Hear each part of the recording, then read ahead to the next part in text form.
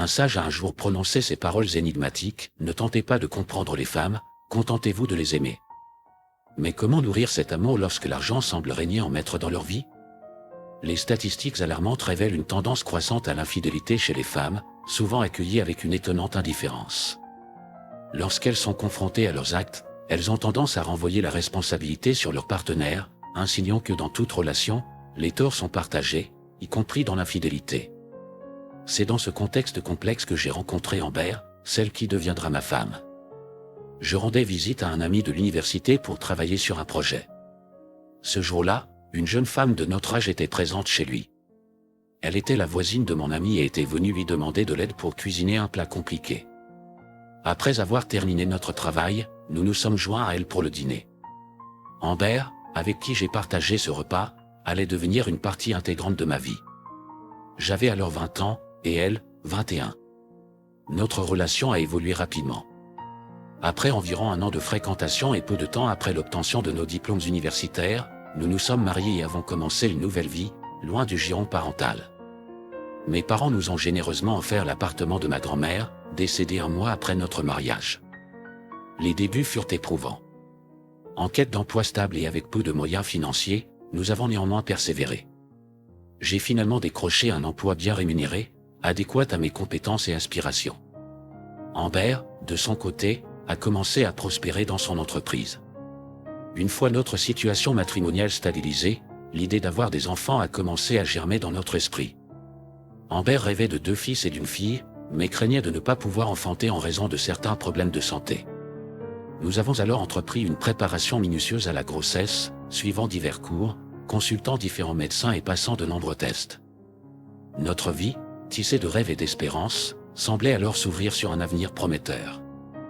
Alors que tout semblait se dérouler harmonieusement dans notre vie de couple, une série d'événements inattendus a commencé à ébranler cette tranquillité.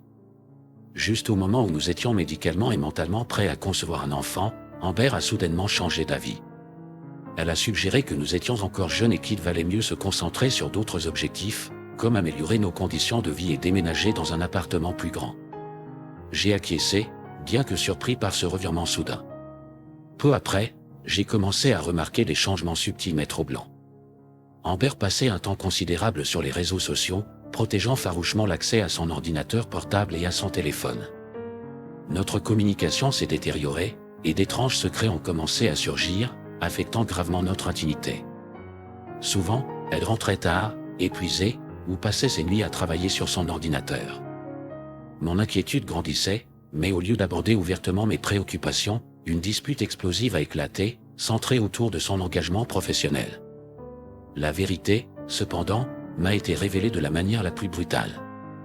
Un jour, décidant de rentrer plus tôt du travail pour faire une surprise à Amber, j'ai acheté des fleurs et envisagé de l'inviter au restaurant pour une discussion détendue et honnête.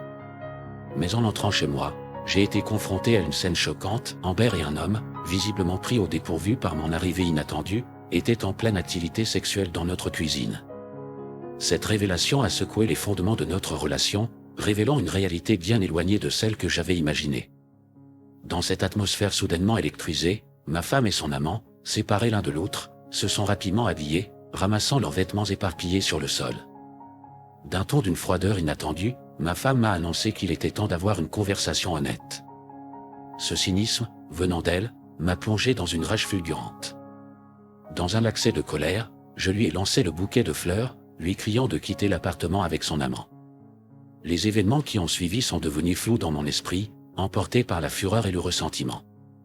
L'homme a tenté de s'interposer, de me calmer, mais j'ai repoussé sa main et lui ai asséné 2 coups au visage. Amber s'est interposée pour le protéger. Elle a révélé qu'elle comptait me quitter pour cet homme, qui, selon elle, était un citoyen étranger et que je n'avais pas le droit de frapper.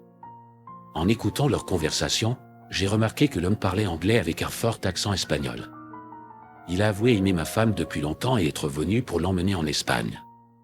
Il semblait avoir la quarantaine, objectivement peu attrayant mais richement vêtu, un autre homme fortuné en quête d'une jeune femme.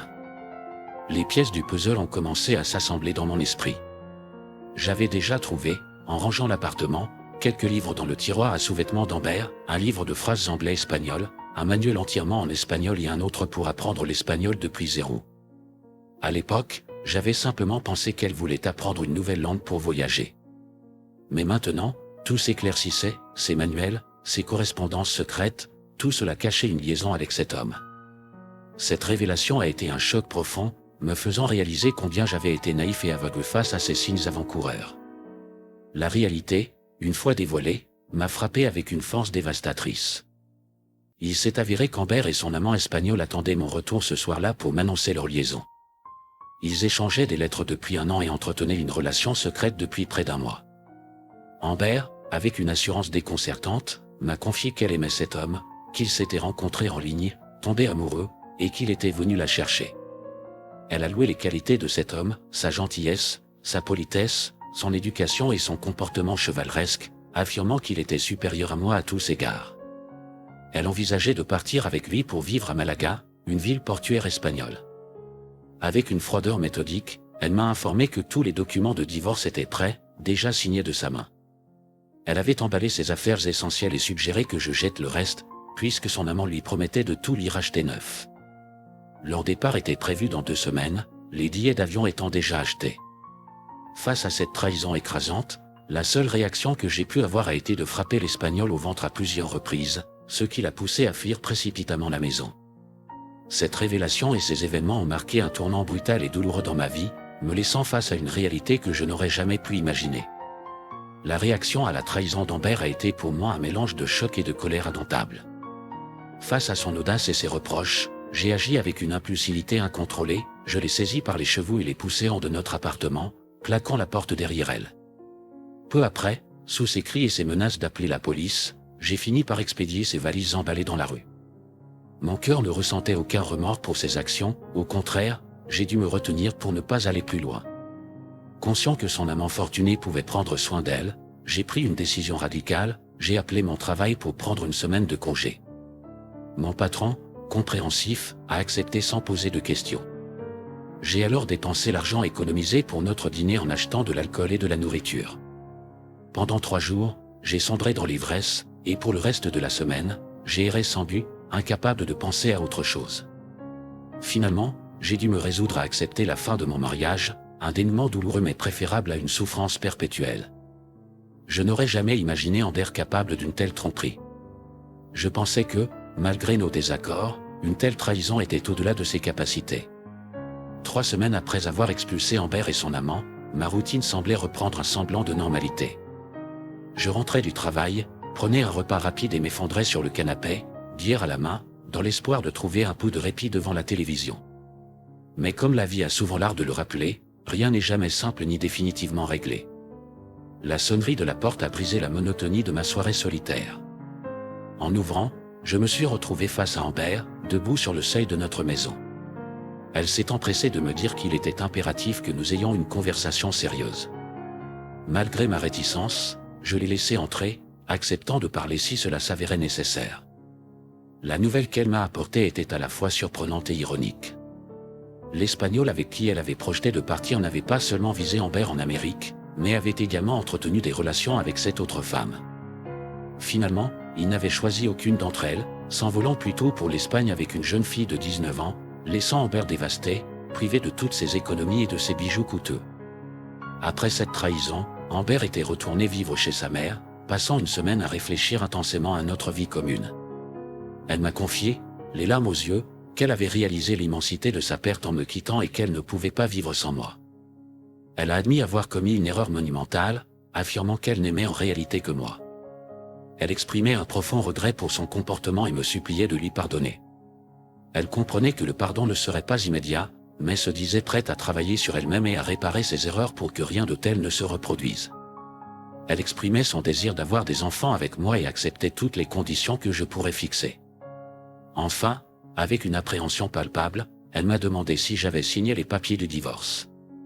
Face à cette situation inattendue, j'étais confronté à un choix difficile, pardonner et tenter de reconstruire ce qui avait été brisé, ou maintenir ma décision de mettre fin à notre mariage. J'ai répondu à Amber avec un calme résolu, lui indiquant que je prendrais le temps de réfléchir à sa demande et qu'elle pouvait revenir me voir dans environ 3 semaines. Pour ajouter un peu de piquant à la situation, j'ai prétendu avoir signé les papiers du divorce, bien que ce ne fût pas le cas à ce moment-là. J'ai ensuite suggéré qu'il valait mieux qu'elle parte, car j'attendais la visite de quelques femmes. La réaction sur son visage en entendant parler d'autres femmes était à voir, mais je n'avais aucune intention de recevoir qui que ce soit, c'était simplement un mensonge pour tester sa réaction. Quand Ander est revenu 3 semaines plus tard, j'avais pris ma décision. J'avais signé tous les documents nécessaires et les avais soumis au tribunal pour le divorce. La réalité de la situation a semblé la frapper de plein fouet. Elle a admis que tout ce qu'elle avait fait était une erreur monumentale et a supplié de ne pas la perdre. Elle s'est effondrée, pleurant véritablement cette fois, se jetant à mon cou. J'ai ressenti de la pitié pour elle, mais les sentiments tendres que j'avais autrefois éprouvés étaient éteints. La trahison et la tromperie avaient laissé des cicatrices trop profondes pour envisager un pardon. Ainsi s'est clôturé un chapitre de ma vie, marqué par la douleur et l'apprentissage. Malgré la souffrance, cette expérience m'a offert une perspective nouvelle sur la vie et les relations, me poussant à avancer avec une compréhension plus profonde de ce que je cherchais vraiment dans un partenaire et dans une relation. La période qui a suivi le divorce a été pour moi une traversée difficile, marquée par la douleur et le doute. Néanmoins, lorsque le divorce a été prononcé, j'ai ressenti un profond soulagement et un sentiment de liberté inédit. Heureusement, l'appartement de ma grand-mère, un lieu chargé de souvenirs et de confort, est resté en ma possession, devenant un sanctuaire où j'ai pu apprécier la solitude et la tranquillité. Malgré cette nouvelle phase de ma vie, Amber ne cessait de graviter autour de moi, implorant pardon pour ses actions et espérant probablement une réconciliation. Mais je ne pouvais me résoudre à lui donner une seconde chance. La blessure était trop profonde, la confiance irrémédiablement brisée. Finalement, elle est retournée vivre chez ses parents, marquant la fin définitive de notre communication. Je ne sais pas ce qu'est devenu Amber depuis, et honnêtement, je n'y ai pas pensé. Maintenant que je suis seul, jeune et libre, j'ai choisi de me concentrer sur moi-même et de vivre ma vie selon mes propres termes. Cette histoire, bien que douloureuse, m'a enseigné l'importance de l'indépendance et de l'autonomie personnelle. Elle reste un chapitre clou de ma vie, un récit de trahison, de croissance et finalement, de libération.